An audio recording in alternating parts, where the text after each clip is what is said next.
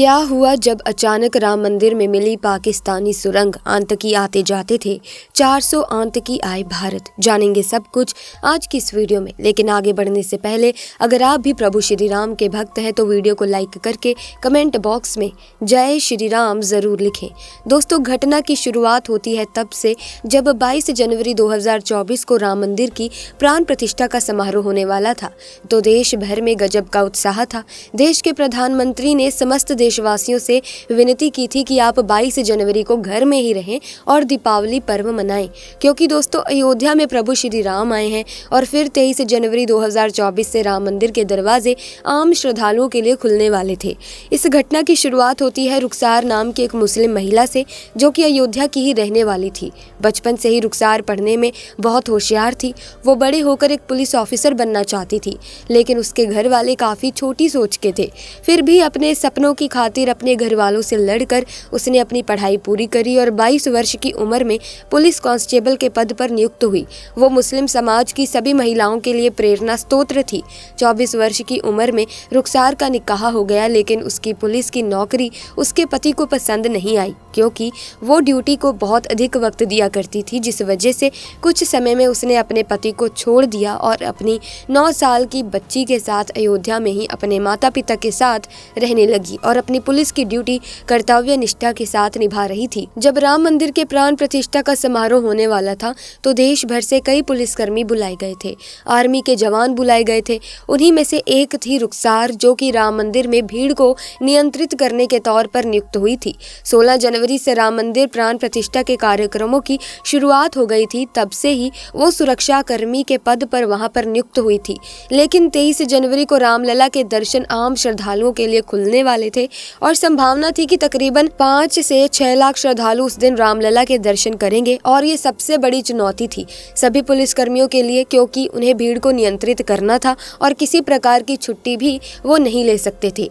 23 जनवरी के दिन रुखसार जब अपनी ड्यूटी के लिए सुबह घर से निकली तो उसकी 9 साल की बच्ची भी उसके साथ आने की जिद करने लगी। उस समय रुखसार के माता पिता की तबीयत भी थोड़ी खराब थी। उसने बच्ची को बहुत समझाया, लेकिन वो नहीं मानी। तब रुखसार ने सोचा कि वो उसे पुलिस चौकी में बिठा देगी, तो वो अपनी 9 साल की बच्ची शाहिदा को अपने साथ ले गई। सभी लोगों का कहना था कि तुम्हें इतनी छोटी बच्ची को इतनी भीड़ वाले इलाके में नहीं लाना था, लेकिन बच्ची तो मानने को तैयार नहीं थी। बता दें कि 23 जनवरी को संभावना के अनुसार भक्तों की बहुत ज़्यादा भीड़ राम मंदिर परिसर में पड़ी, तो रुखसार ने अपनी 9 साल की बच्ची को पुलिस चौकी में बिठा दिया और एक सीनियर महिला कांस्टेबल को उसकी जिम्मेदारी दे दी और खुद भीड़ को नियंत्रित करने लगी। तभी 3 से 4 घंटे हो गए। जब वो फिर से पुलिस चौकी अपनी बेटी से मिलने पहुंची तो उसने देखा कि उसकी बेटी तो वहाँ है ही नहीं। उसने चारों ओर देखा था, लेकिन उसकी बेटी का कोई पता नहीं था। वो बहुत ज़्यादा घबरा गई थी और रुखसार के होश उड़ गए थे। वो महिला कांस्टेबल भी उस समय वहां पर नहीं थी। वो बच्ची को किसी और के भरोसे अकेला छोड़कर खाना खाने चली गई थी। अब रुखसार के तो पसीने छूट गए थे, क्योंकि उसकी बच्ची केवल 9 साल की थी और उस समय अयोध्या में रामलला के दर्शन के लिए तकरीबन 5 से 6 लाख श्रद्धालु आए हुए थे। इसी बीच वो फूट फूट कर रोने लगी, तो वहां पर एक सुनीता नाम की महिला कांस्टेबल ने उसे हिम्मत दी और कहा कि अयोध्या में प्रभु श्री राम आए हैं और अपने साथ अयोध्या का विकास लाए हैं। तुम चिंता मत करो, आज का दिन बहुत शुभ है और तुम्हारे साथ भी कुछ भी अशुभ नहीं होगा। लेकिन रुखसार मुस्लिम धर्म को मानने वाली थी। उसने इन बातों पर विश्वास नहीं किया, लेकिन प्रभु श्री राम आज उसे अपनी बहुत बड़ी लीला दिखाने वाले थे। दोस्तों, उस समय रुखसार अपनी बेटी को इधर उधर ढूंढ रही थी और उसका फोटो दिखाकर उसकी तलाश कर रही थी, क्योंकि वो पुलिसकर्मी थी। ऐसे में सभी पुलिस वाले भी काफी एक्टिव थे और हर तरफ केवल शाहिदा को ही ढूंढ रहे थे। लेकिन देखते ही देखते शाम हो चुकी थी। रुखसार ने अपनी बेटी को चारों ओर ढूंढ लिया था, लेकिन उसका कोई पता नहीं लग रहा था और वो उस समय हनुमानगढ़ी मंदिर के बाहर मायूस अवस्था में बैठकर फूट फूट कर रो रही थी। तभी वहां पर एक दिव्य साधु महाराज आए। उन्होंने रुखसार से कहा कि तुम चिंता मत करो, तुम्हारी बेटी एकदम सही सलामत है। बस जरूरत है प्रभु श्री राम पर विश्वास करने की। अगर एक बार तुमने उन पर सब कुछ छोड़ दिया तो फिर तुम्हें चिंता करने की कोई भी जरूरत नहीं पड़ेगी। वैसे तो रुखसार और एक मुस्लिम महिला थी, लेकिन अपनी बच्ची की ममता ने उसे अपना धर्म भुला दिया और वो प्रभु श्री राम के शरण में चली गई। उसने विनती करी कि अगर आज मेरी बच्ची सही सलामत मुझे मिल गई तो मैं हनुमानगढ़ी मंदिर में प्रसाद चढ़ाऊंगी और अपने परिवार के साथ रामलला के दर्शन करूंगी। और फिर जो चमत्कार हुआ दोस्तों, जिसे सुनकर आपके अब होश उड़ने वाले हैं, आपको यकीन नहीं होगा। दोस्तों, जब वो थक हार कर रुखसार रात्रि के समय उस स्थान पर ही सो गई थी, तभी उसे एक सपना आया। उस सपने में उसने देखा कि उसकी 9 साल की बच्ची शाहिदा रामलला के गर्भगृह में मौजूद है और उनके साथ खेल रही है। तो अचानक से उसकी नींद खुल गई। उसने अपनी बच्ची का नाम पुकारा और दौड़कर राम मंदिर के पास चली गई। लेकिन रात्रि के समय राम मंदिर के दरवाजे तो बंद हो चुके थे। उसे विश्वास हो चुका था कि उसकी बच्ची रामलला की शरण में है, तो उसने सुबह होने का इंतजार किया। लेकिन सुबह होते ही भक्तों की भारी भीड़ जुट गई, क्योंकि सभी रामलला की एक झलक देखना चाहते थे। और जब सुबह प्रातःकाल सबसे पहले रामलला के दरवाजे खोले गए तो रुखसार उस समय अपना धर्म भूलकर राम मंदिर के अंदर प्रवेश कर गई और उसने सामने देखा कि मंदिर के मुख्य पुजारी उसकी बच्ची शाहिदा को गोद में लिए खड़े थे। अपनी बच्ची को पुनः पाकर रुखसार की सारी चिंताएं मिट गई। पुजारी जी का कहना था कि जब हमने सुबह मंदिर के दरवाजे खोले तो ये रामलला के गर्भगृह में मौजूद थी। अर्थात रुखसार ने जो रात्रि को सपना देखा था वो कोई सपना नहीं बल्कि सच्चाई थी, जो उसे साक्षात प्रभु श्री राम ने दिखाई थी। ऐसा चमत्कार देखकर रुखसार भी पूरी तरह से प्रभु श्री राम की भक्त हो गई। उसने इस चमत्कार के बारे में अपने पूरे परिवार को बताया और अगले ही दिन अपने पूरे परिवार के साथ रामलला के दर्शन भी किए। यानी कि प्रभु श्री राम केवल किसी एक धर्म के नहीं है, वो तो सभी के हैं। जो उनके शरण में जाता है वो उनके हो जाते हैं। इस घटना के बाद देश भर में चमत्कार की चर्चा होने लगी। यहाँ तक कि कई मुस्लिम लोग भी रामलला के चमत्कार से हैरान थे। अगले दिन जो नज़ारा देखने को मिला वो वाकई में चौंकाने वाला था।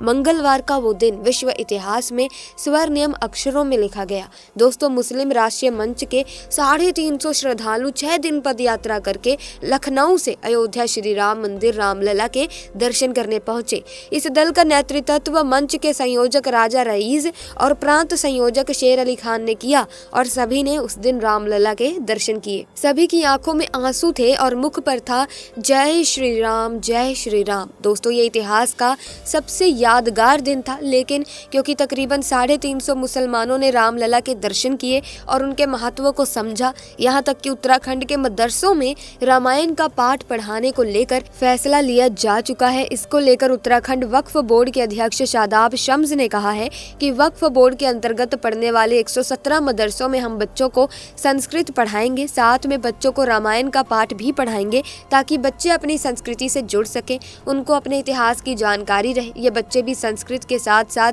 वेद, पुराण और रामायण के बारे में भी जान सके।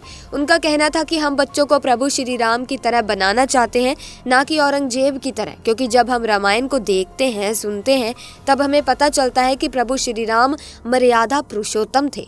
उन्हें ना तो अपने पद का अहंकार था और ना ही अपने ज्ञान का, साथ ही अपना क्षत्रिय धर्म निभाते हुए सभी राक्षसों का उन्होंने नाश भी किया। तो दोस्तों, आज जो भव्य राम मंदिर का निर्माण हुआ है उसे बनते हुए देखना हमारा सौभाग्य है, क्योंकि ऐसा समय ना तो कभी आया था और ना ही कभी आएगा।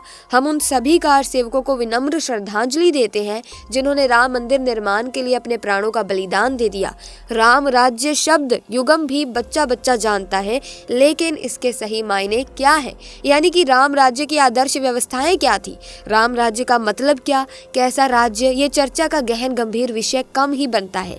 एक लाइन में कहे तो राम राज्य से सब यही अर्थ निकालते हैं कि राजा राम के राज में सभी लोग सुखी थे, यानी कोई दुखी नहीं था। ये सही है, लेकिन ब्रह्मांड की सर्वाधिक जीवंत संज्ञा राम का राज्य व्यवस्था को लेकर पूरा कॉन्सेप्ट क्या था, इसे लेकर आम लोगों और लोकतांत्रिक भारत गणराज्य में राष्ट्रीय राज्य का शासन चलाने वालों में जागरूकता जरूर आनी चाहिए। पुरातन काल में आज तक भगवान राम की पूरी कथा भारत और दुनिया भर में रह रहा हर भारतवंशी जानता है। अब अयोध्या में भव्य दिव्य राम मंदिर बन जाने के बाद तो राम कथा युगों युगों तक अजर अमर रहनी ही है, लेकिन ज्यादातर लोगों के मन मस्तिष्क में राम कथा का धार्मिक और आध्यात्मिक पक्ष ही ज्यादा रचा बसा है। बड़ों की हर आज्ञा का पालन करना, निर्बल, असहाय और वंचित लोगों की मदद करना, उनसे मित्रता करना, हर हाल में उसे निभाना, सामाजिक समरसता कायम करना, हर परिस्थिति में धैर्य बनाए रखना, पाप और पापी का विनाश करना, आदर्श बेटा, आदर्श पति, आदर्श भाई, आदर्श नागरिक, आदर्श राजा जैसे राम के मर्यादित जीवन मूल्यों की ही चर्चा आमतौर पर होती है। प्रभु श्री राम के व्यक्तित्व में संतुलन मिलता है। शांत, गंभीर और सौम्य श्री राम ने कभी अपना संतुलन नहीं खोया। उन्होंने कभी परिस्थिति को अपने ऊपर हावी होने नहीं दिया, बल्कि हर परिस्थिति में दृढ़ता बनाए रखना ही उनका स्वभाव है। आज के मुश्किल समय में हमें यही सीखना है दोस्तों। संशय भरे समय में जब हर कोई टूटा हुआ, भंवर में पड़ा महसूस कर रहा है, प्रभु श्री राम की कर्तव्य पथ पर डटे रहने की प्रेरणा काम आ सकती है। मैं तो कहूंगी कि यदि हम प्रभु श्री राम के व्यक्तित्व का कुछ अंश भी, उनसे कुछ बूंद भी ग्रहण कर सके तो निश्चित ही हमें अपने व्यक्तित्व और जीवन में बदलाव महसूस होगा। बता दें कि लोक कथाओं से ज्ञात होता है कि कैसे प्रभु श्री राम ने अपने विरोधी या शत्रु से भी सीखने को वरीयता दी है। दोस्तों, रावण उनका शत्रु था, लेकिन प्रभु ने अपने अनुज लक्ष्मण को इस बात की प्रेरणा दी कि बेशक रावण हमारा शत्रु है, लेकिन क्योंकि उस पर देवी सरस्वती की कृपा है, वो ज्ञानी है, इसलिए हमें उससे सम्मान से पेश आना है। प्रभु श्री राम की ये सीख जीवन में कितने लोग उतार सकते हैं। यह प्रभु श्री राम के विराट व्यक्तित्व का वो उदाहरण है जो उनके स्वयं के प्रति संकल्प और सत्य के प्रति निष्ठा को बयान करता है। वे ना कभी अपने कर्तव्य मार्ग से विचलित हुए और ना ही अपने साथ के लोगों को ऐसा करने दिया। उन्होंने यही संदेश दिया कि खुद हम सत्य मार्ग पर रहें तो इससे औरों को भी प्रेरणा मिलती है। रामचरितमानस का एक प्रचलित दोहा है जो श्री राम के व्यक्तित्व की विराटता का प्रतीक है। पुरुष नपुंसक नारी व जीव चराचर कोई सर्व भाव भज कपट तजि मोहि परम प्रिय सोई। यानी प्रभु श्री राम की कृपा चाहिए तो अपने मन को नकारात्मक भावों से मुक्त करना होगा, छल कपट से इसे खाली कर प्रेम भाव भरना होगा। इस दोहे के माध्यम से प्रभु श्री राम ने कहा कि मुझे वो जीव प्रिय है जो सारे कपट भूलकर मुझे मानता है, मेरा भजन करता है, वो चाहे पुरुष हो, नपुंसक हो, नारी या ब्रह्मांड का कोई भी जीव हो। प्रभु श्री राम यही कहना चाहते हैं कि जिनका पवित्र और प्रेम भरा मन है वे मुझे यानी प्रभु श्री राम सा चरित्र पा सकते हैं, उनकी तरह जीवन के तमाम संकट बाधाओं पर विजय प्राप्त कर सकते हैं। अब हमें अपने आप से पूछना है कि क्या हम अपने मन को नकारात्मक भावों से मुक्त कर पाते हैं, क्या इस दिशा में प्रयास कर रहे हैं? यदि हाँ तो ये हमारी संकल्प शक्ति की परीक्षा है और हमें इसमें उत्तीर्ण होकर दिखाना है। तो दोस्तों, आज की वीडियो में बस इतना ही, लेकिन उससे पहले अगर आप भी श्री राम भक्त हैं तो कमेंट सेक्शन में जय श्री राम जरूर लिखें और वीडियो को लाइक करें, शेयर करें, चैनल को सब्सक्राइब करके बेल आइकन को प्रेस कीजिए ताकि नए वीडियोस की अपडेट आपको मिलती रहे। आपका बहुत बहुत धन्यवाद।